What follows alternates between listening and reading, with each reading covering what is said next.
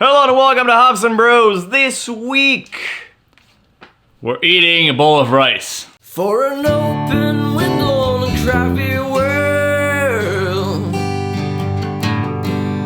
Max and Chris from Ups and Bros. Ups and Bros. Welcome to Ups and Bros.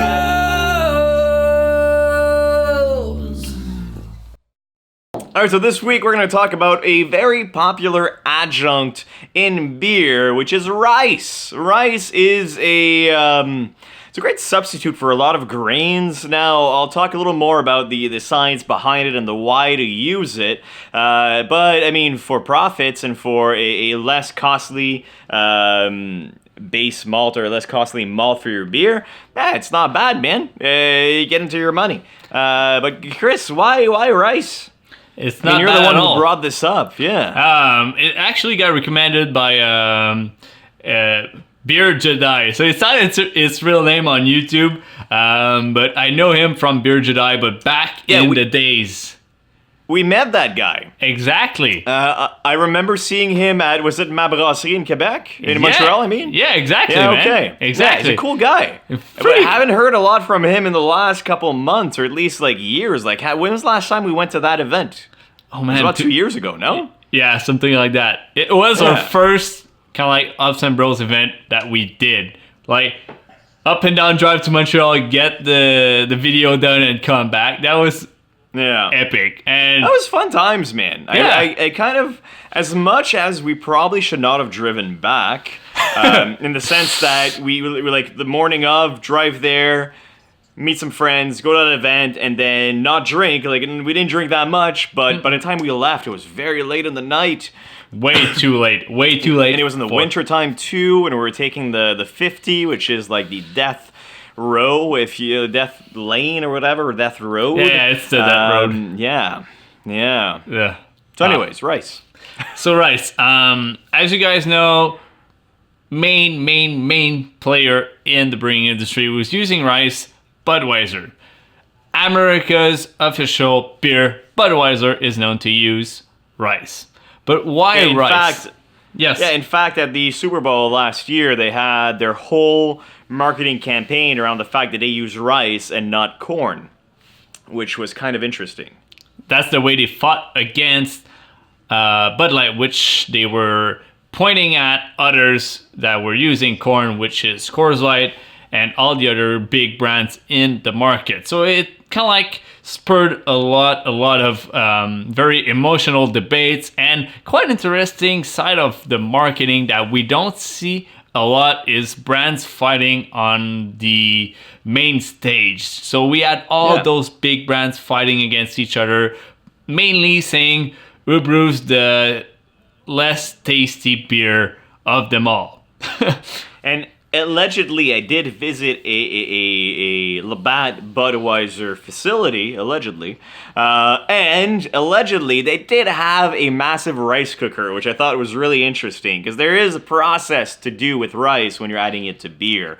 But you're right, that campaign was interesting in the sense that it was a big guy fighting against another big guy, which you do see every day, except that was direct. It was direct.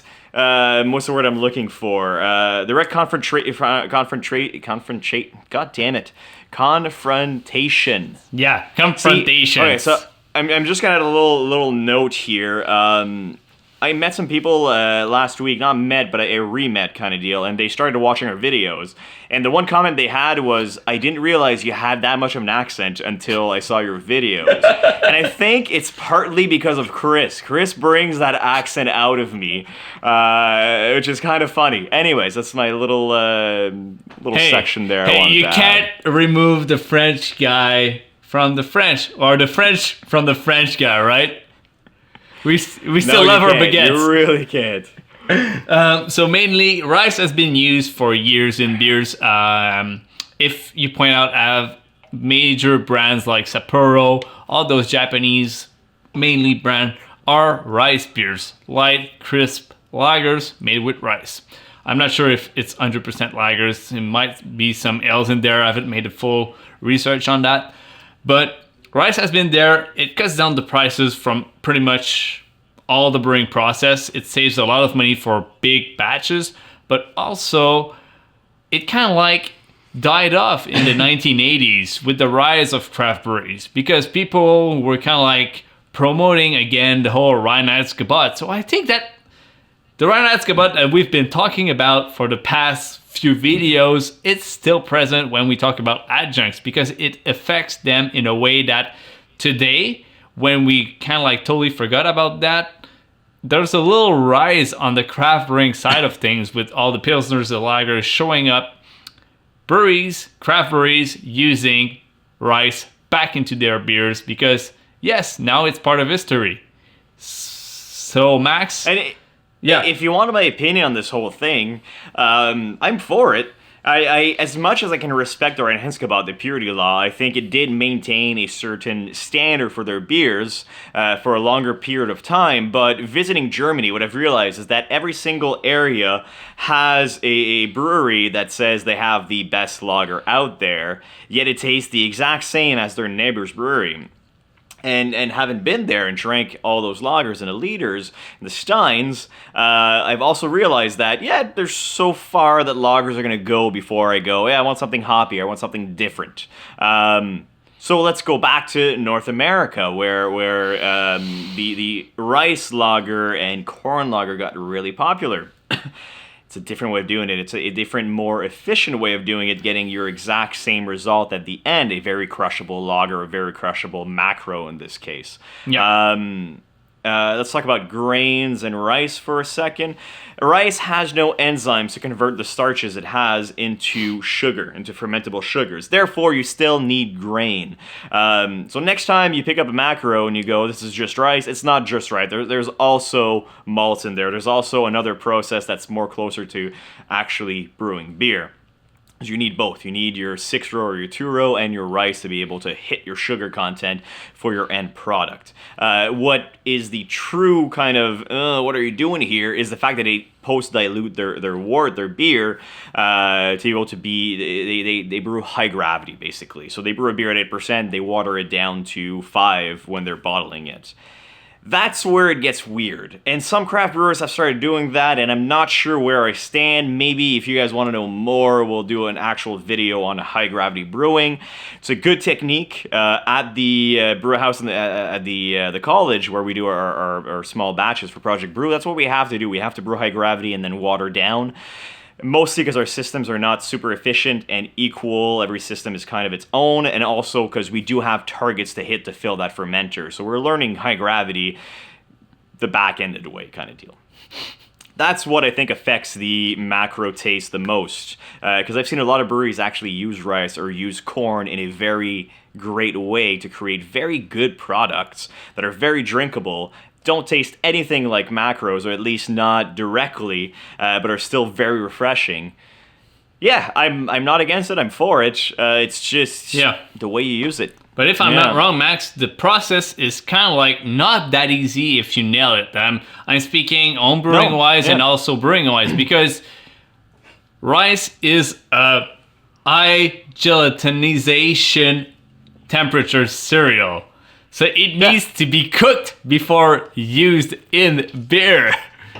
Yes, it does. That's why technically to be able to add rice to your beer, you need a rice cooker to do so. So you need an external device just for that. So if you're thinking of using a rice in a lot of your beers, you need a new vessel for it. Or you need flaked rice, or rice that has already been processed. At that point, you're good to go. And you might actually want to back-end rice hulls, because rice doesn't have a husk at that point, and you do want to be able to filter your wort in the lauter. Ooh, yeah. I can talk about process a little more, but I'm sure we've talked about it before. If you guys are interested in more of the process of one device to the other to be able to brew a beer, we can do that too. But we won't do it here. It's way too long and complicated. Way too much. Yeah, there's a lot. Beer is interesting, man. There's more to it than what people think. When I started the program, or when I started getting interested in beer, I had no idea that brewing or brewing as a career was a thing. Yeah. I didn't know there was brewmasters, that there was actual art to it. But that's because we grew up in a Labatt and Budweiser and Coors Light kind of era that was very kind of industrialized. alien, right? I don't think they wanted people to know how it was done and what was going on. They just wanted to No. sell. You look at ice beer and draft beer that was bottled, and you're like, all right, this. As soon as you start learning, you're like, draft beer. You can't bottle draft beer. Beer is draft when it's coming out of a tap. No. If it's not coming out of a tap, it's not draft. It's a bottled beer. Did you get that Yes. in Ontario? The Molson M ones that they were Yeah, marketing Molson micro Draft or bubbles. whatever. No, it wasn't Molson Draft, just Yeah. Molson Oh, M. micro bubbles. Yeah. Micro bubbles. What the fuck is that? Micro Yeah. bubbles. It's crazy, man. As soon as you start, there's not a lot of communication between the marketing team and the actual production team when it comes to not macro, but microbreweries, the craft breweries. But there's more, because usually your office is right next to the brew house. Go talk to your brewer. Go figure out what's Yeah. going on, and then make it look good. When it comes to macros, it's even further apart, where sometimes it's the marketing team that creates a beer, then the brewers have to brew something. It's not how things work, man. Nope. Like, you can't just make something appear out of thin air, although marketing people tend to make it happen for some reason. And then it's a challenge for the brewer to go, all right, we actually do add lime zest in or lemons, not lemon, orange zest in our Coors Light now, when no, it's extract or it's fucking juice, it's not actual zest. Anyways. I That's think what I gotta that say the about whole this whole adjunct, subject. the whole adjunct subject could be a full series on Ups and Bros. So would you guys like to see more of those adjuncts, tangents that we 'Cause could we've make done out of those? Yeah. We've done a 101 on adjuncts. Yeah. And now we're going to rice, and I think we did corn. Did we do? I think we did do Yeah, corn we did as corn. well. So we're Yeah. gonna dive in a lot deeper into the subject. So if you have any ideas of where we should go next, I would like to hear them. It's deeply appreciated. Is it something I can say? Deeply appreciated? Yeah. You sounds can't, good. but that's fine.